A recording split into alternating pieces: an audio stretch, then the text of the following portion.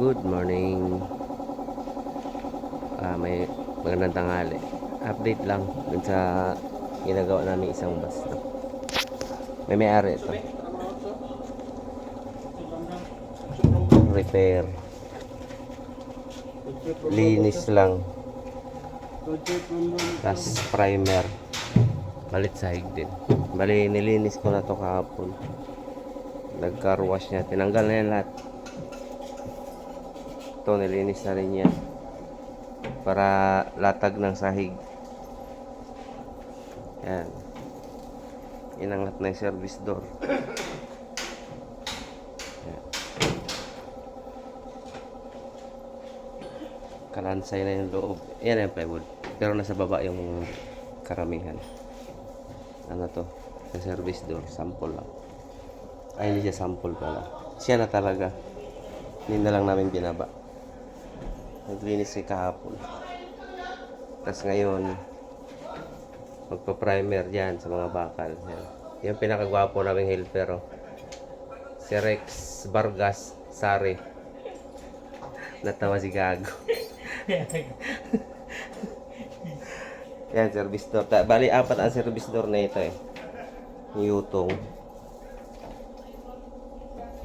Ito, sira na talaga yung insulator foam na ito. Yan, mga insulator foam. Pero lalagyan namin yan. Pabili na kami mamaya. Mamaya pa darating. Pati ito. Ito, insulator foam din yan. Papalitan din. Yan. Yung mga flarings ito nasa baba. Yan, primer. Yan lang, red lead primer lang. Natira na rin ng ano yan, anti-corrosion. Yan. Transmission.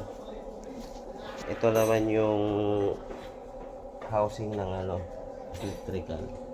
Yan. Ayan, basa pa yan. Nilinis namin yan kagabi.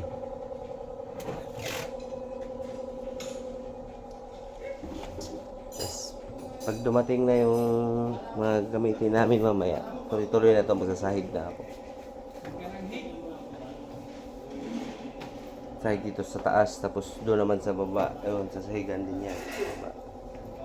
Yung sa estribo. Bali, pang 5 bus. 1, 2, 3, pang-4 pala. Pang-4 na bus pala to. Yan, naglinis na namin yun. Tapos, yung mga kinalawang, pahira ng anti-corrosion, tapos si primer.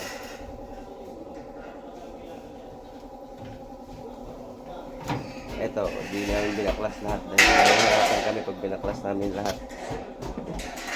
Kaya nagtira kami dito sa harap. Panglas naman din kasi ito. So, yun lang yun. Update lang. Pinakagwapo naming helper yun. Nakabitan na rin kasi kisame yan. Bago yan. Hindi pa lang namin binabaklas. Babaklasin lang yan pag tapos na talaga lahat. So, yun lang. Salamat. Babush. Isang kaway dyan, Pek. Oh, diba?